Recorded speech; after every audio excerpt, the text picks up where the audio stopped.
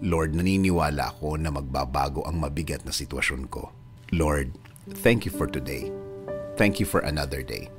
Maraming salamat sa bagong pagkakataon na ibinigay niyo sa akin. Maraming salamat, Lord, kasi alam ko maraming magandang pangyayari ang mangyayari sa araw na ito.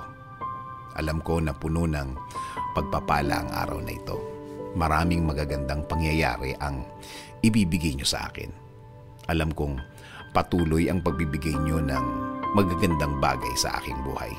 Mas maayos at mas tama kaysa sa mga nagdaang mga araw. I am giving and submitting everything to you, Lord. Ikaw na ang bahala sa aking araw-araw. Patuloy mo akong i-lead sa aking buhay. Patuloy mo akong bigyan ng guidance. Alam kong patuloy mong ilalagay ang mga bagong opportunity sa aking buhay, Lord.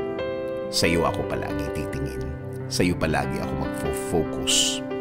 At hindi sa mga mahihirap na nararanasan ko. At hindi sa mga sitwasyon na nasa harap ko. Sa mga bagay na kung iisipin ko, Lord, ay malulungkot lang ako at iisipin bumigay. Again, Lord, I declare this will be a good day today. It will be better than yesterday.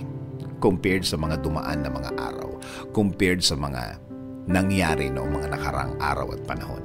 Salamat sa laging pagbibigay ng mga bagong pagkakataon, sa mga new chances, sa mga second chances.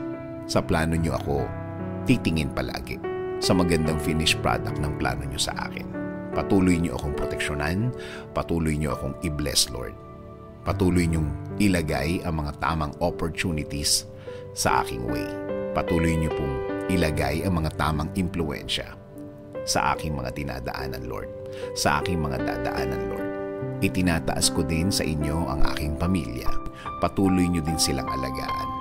Ilayo niyo po sila sa mga masasama, mga taong may maitim na balak sa kanila at sa akin, Lord. Patuloy niyo silang i-bless ng mga pangangailangan nila, Lord. Pati po ang aking bayan. Kayo na din po ang manguna sa aming bayan. Kayo na po ang magbigay ng dapat para sa aming bansa. Patuloy niyong gawing mas matalino ang mga namumuno ng aming bansa. Patuloy niyo pong i-bless ang Pilipinas. Kayo na po ang bahala sa aking buhay. Kayo na po ang bahala sa aking mga gagawin sa araw na ito. Bless my works, bless my mouth, bless my thoughts, bless the things I'm about to do. Lead me, Lord, today.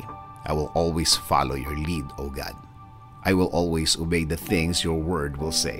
Kayo na po ang manguna sa akin ngayon at sa mga panahong darating. Salamat, salamat Lord sa inyong kabaitan. Patawarin niyo po ako sa mga nagawa akong mali. Alam ko po na kayo po ang Diyos na laging nagbibigay ng second chances sa buhay na ito. In Jesus' name I pray. Amen. Sabi nga sa Proverbs 10:22, the blessings of the Lord makes rich, and He adds no sorrow with it.